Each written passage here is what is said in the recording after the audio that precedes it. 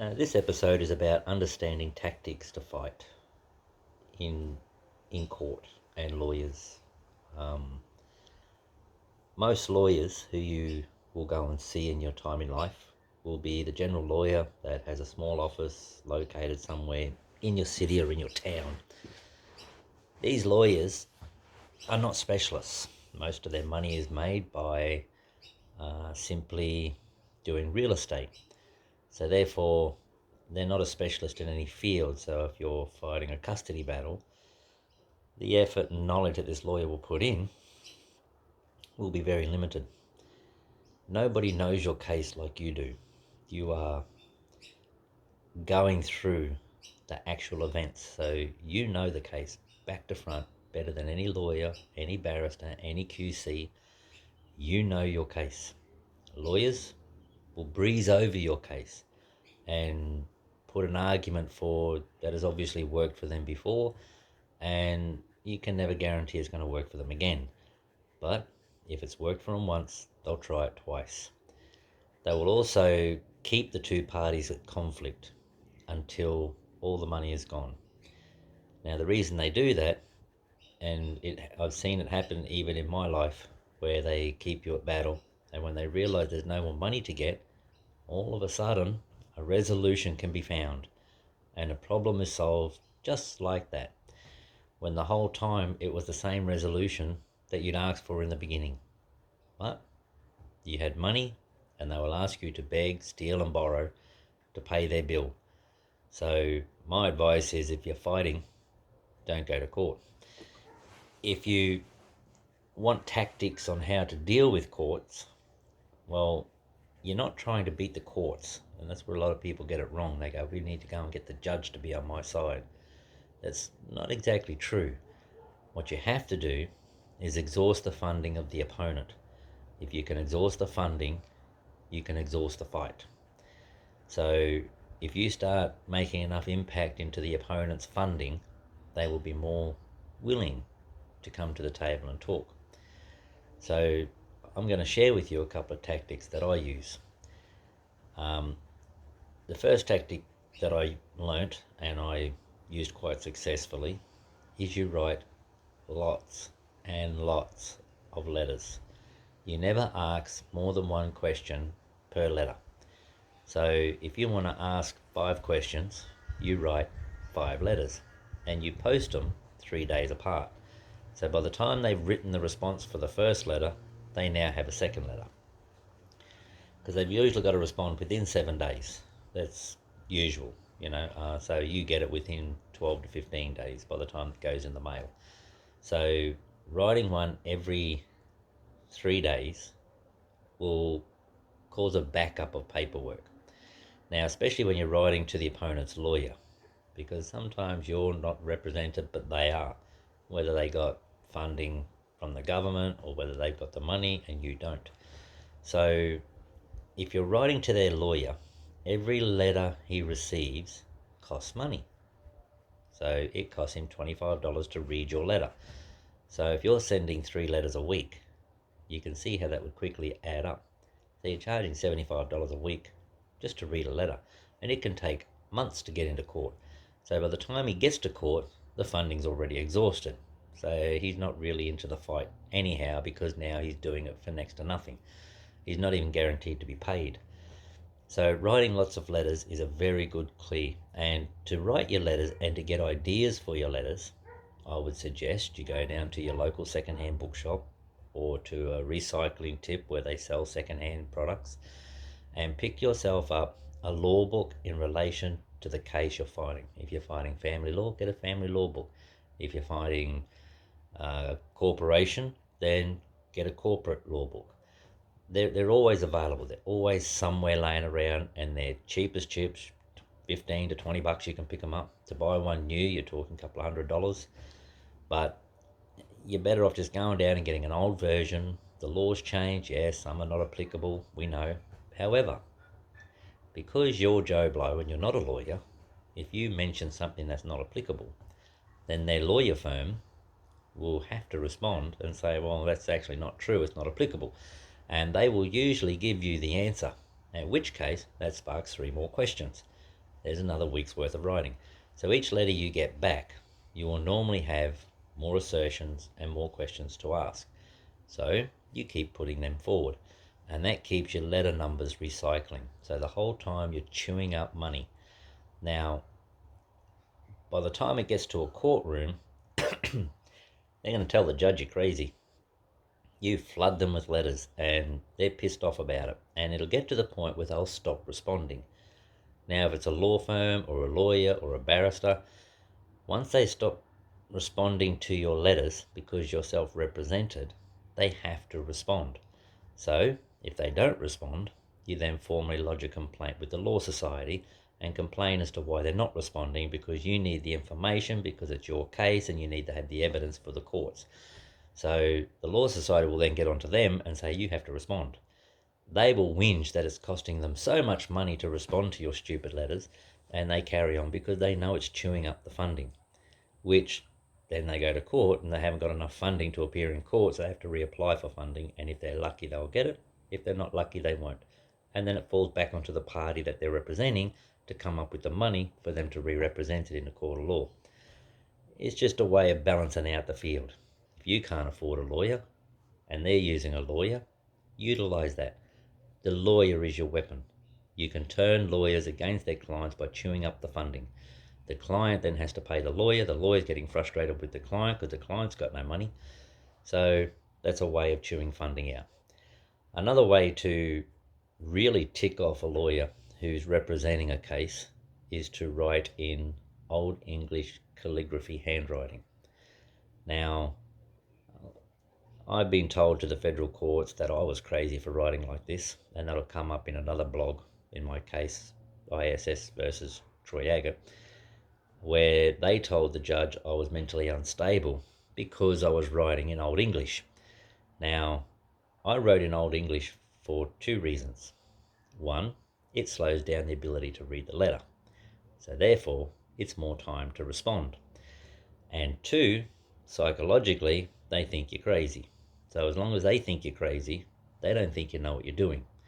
So the whole time that they're looking at these letters going, what the hell, you're writing more letters and you're issuing more letters. And you do it as fancy as you can and you take your time. It's quite enjoyable to do some calligraphy writing. Treat it like a hobby. You can learn a new art. You know, you can make money from writing in calligraphy onto Christmas cards, birthday cards, etc. So it works out in your favour anyhow. But lawyers don't seem to like Old English writing. And the judge cannot criticise what state you write your letters. You can write them in Old English, you can do it in scribbly handwriting, you can do it in any language across the world. So Old English handwriting is just a traditional way of writing formal letters. So use that. It's a technique that's worked. The lawyers get so frustrated because they can't just sit down and get their secretary to read it, because most of the time they're only young and they have no idea how to read Old English, and some of the lawyers themselves struggle to read Old English, so they sit there and they have to work out what it is your letter said. The simple way to counteract that would be to write back to me, which then again costs them more money, asking me to write it in normal writing so they can understand the letter, in which I would write it in normal writing, but the next question I send would be back in Old English. So then they have to write to me again, costing them more money, because it's about $25 for them to read a letter. It's about another $75 for them to write a letter. So now you're chewing up more money. And the lawyers are getting frustrated because you're chewing up the funding that they have to appear in court, because any government funding law case has a limit. They can't overspend that limit. It's not endless. They have a set figure set out by the multiple cases that have gone through before you, and it says that you need X amount of dollars to get your case through court. So they get given X amount of dollars. Now from that, if you're chewing it up writing letters, it unravels that whole balance, because now you're an odd case where you're not now spending this much to go through court. You're going to spend a lot more to go through court, and it's not coming out of your pocket, it's coming out of their pocket. Now, at the end of a court case, for those who did get government funding to appear in court, the government can also request a percentage of that funding back. So the other party is already aware of that. So whilst they're wasting their money going to court, fighting for all this rubbish, when they don't need to because they could sit down and have a reconciliation at a table, which would be much more civil, then they're now copping up a bigger bill. And if the funding's refused, no lawyer. So that's a really good technique to use. Another technique I use is to ask stupid questions. Now, I ask stupid questions because you'd be surprised what stupid answers you get back. You can write down the simplest stupid question and they have to respond because you're fighting your case. Although they can't work out the relevance of it, it doesn't matter. The fact and issue is you're confusing the matter. So when you ask the right question, they answer it like it's a confusing question, and sometimes you get the answers back you weren't expecting, and it's like hitting a gold mine. It's like, woohoo, there's my case right there. You just gave it to me. Thank you. Now I know what you're doing. Now I can counteract it. So that's another way and method that you can use to get relevant information that they're not willing to give you forefront. So you start asking multitudes of irrelevant questions and throw in the relevant one while you're at it, because by the time he gets to it, they're going to be so frustrated, they'll just answer it out of routine. It won't be done because they're thinking, I want to give you my evidence. It'll just be done out of routine because they're frustrated with trying to read your old English letters. The next thing you do is research your opponent. So whether it be a corporation or a particular manager. So if you're researching your ex-partner, if you research your work, you research people employed by your work, you research the employer themselves, and you would be surprised what you find on a simple Google search of someone's name. And when you find evidence that has been through a court or evidence that have been in a newspaper, get that and maintain it, because it's going to be useful.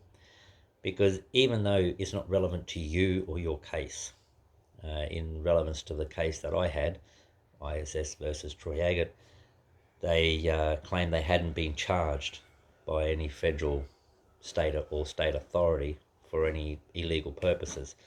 And yet I found on Google, out in the open, that they were actually in fact charged and fined for using unlicensed security guards in Darwin Airport. So these are some of the methods you can use, and you would be surprised when you talk to other people what further information is relevant to your case, because every case literally is the same.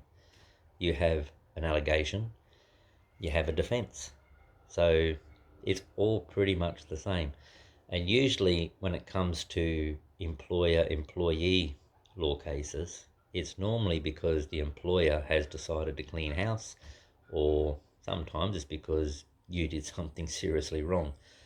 You did something seriously wrong, then just cop it sweet and walk away. You don't have to challenge it in court or the QIRC. If you did wrong, you did wrong. Sometimes you just got to wear it. A lawyer will tell you, oh no, let's not do that. Pay me $10,000 and I'll fix it for you. But it's not really like that. It's not how it happens. So the lawyer will get you off probably a bit lighter, maybe not so much trouble that it might have been had you just shut up and took it, but you might be out of a job. It doesn't matter. You can get another one. Believe me, I've done it myself. So I don't really fear the thought of losing a job, because losing a job is just a change in your life, and change is inevitable. It doesn't matter whether you win this fight or lose this fight. You will lose your job. Whether you resign or whether they sack you, you will lose your job. Even those who fight to retain their job through the Industrial Relations Commission, you're putting yourself through a mega load of stress and a mega load of problems, only to come out at the end and be unhappy in the workplace, at which point you will resign. There will come a time you'll leave the job. So if you're unhappy in your workplace, my request is just quit. Find another job and quit. Don't keep going there and suffering the stress load that it's under, because all you're going to do is make problems for yourself, and you're going to wind up in a situation like this where you're going to wind up maybe in court or in front of the Industrial Relations Commissions fighting your case. But the best tips you can have is keep a diary, note everything. Everything you see that you can see a problem with, write it down. If you see health and safety issues, write it down. Who you reported it to, write it down. And the date and the time. And then if you see drugs happening in the workplace, write it down. Date and time, write it down. These facts are relevant. The reason they're relevant is because if ever you wind up in a court of law in the future, or in the QIRC in the future, and they're trying to sack you because you didn't say yes sir to the boss when he walked in and said kiss my boot, then these facts are relevant because it impinges on the severity of your case. So if you've got things in your diary that are way a lot worse than what you've done, well, now it makes your case look like it's a targeted case and it's a victiming case. So they're targeting you and making you a victim for a petty thing when they're not really dealing with the real issues of the workplace. So keep that in mind, that your diary is very, very, very important. So no matter what case you're going through, whether it be at home or whether it be at work or whether it be from an outside source, if you're going through a legal case of any sort, keep a diary and start it before the trouble happens. If you're watching this video, you're obviously starting a bit late. In this case, you need to backtrack your diary. So get a diary and start backtracking what you remember, what happened on which days, as much as you can. Now, learning from the barristers of ISS, or the media guru Adam Walker of ISS Security, he works in Melbourne and represented ISS Security. If you tell 80% of fact, you can throw in 10% of lies, and the judge will normally believe it, which is what he did. Well, he basically told 80% of lies and 10% of fact and expected the judge to believe it. But only had I not had the evidence to counteract that, would he have won. Now, an important thing that you've got to really understand is when you're served with a document, you need to get your documents on file. Now, on file means that you have to get them stamped by a JP, and then you have to take them down to the courthouse and hand them over to the register of the courthouse. Now, you've got to do that as quick as you can because they don't scan these documents onto the system. Every document is hand typed. So if you've got 2 weeks to respond, you need to have those documents in a week because it's going to take them a week to put them on the system. In my particular case, I had 4 days to respond and get them on the system. So I turned up on the Monday morning, mid-morning, after I had the JP sign all the documents, and when I turned up, the register yelled at me saying I had 2 weeks to respond and why am I leaving it to the last day. And I quickly informed her, no, I've been given 4 days and 2 of those were a weekend, so I didn't have a chance to do anything. And only then did she ask who was I up against, and when I told her, she said, oh, you're one of the David and Goliath fights. And I said, well, pretty much. They own half the space station and a number of satellites and whatever else they've got up their sleeves. They're a multinational worldwide company. They became very successful after World War II and they've been operating ever since. So, with all that, you've got to know that that is the most important thing. Whatever you want to tell the judge, you put it on a piece of paper, you stamp it by a JP, and you get it to that courthouse. Because without that, you can't talk. So if those documents aren't in, you can't stand in front of a judge and even say what your case is. Because there's nothing on file. If you're caught in that position, first thing you do is ask for adjournment. I need an adjournment. I need an adjournment so that I can prepare the documents because I've only been given this much notice to prepare and it was just too short a time to get the documents on file. And the judge will allow an adjournment. Now, adjournments are good money wasters because it means they've got to come back to court again.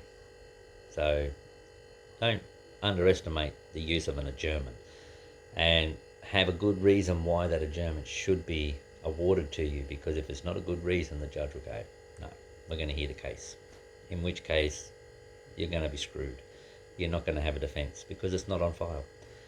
So make sure you get your documents on file. It's not a hard thing to do. At the bottom of the letters you're served, it tells you what to respond to. So you fill out the forms, you take them down to the courthouse, you hand them in, and that gives you the ability to stand up in front of a judge and argue your point. So attacking the finances, flooding them with letters, and doing your homework to have the evidence to counteract any suggestions that they make are your key subjects to winning your court case. That's it for now, and I'll come back shortly and I'll let you know some more information. Chat soon. If you like this feed, please like and share the page. People need to know.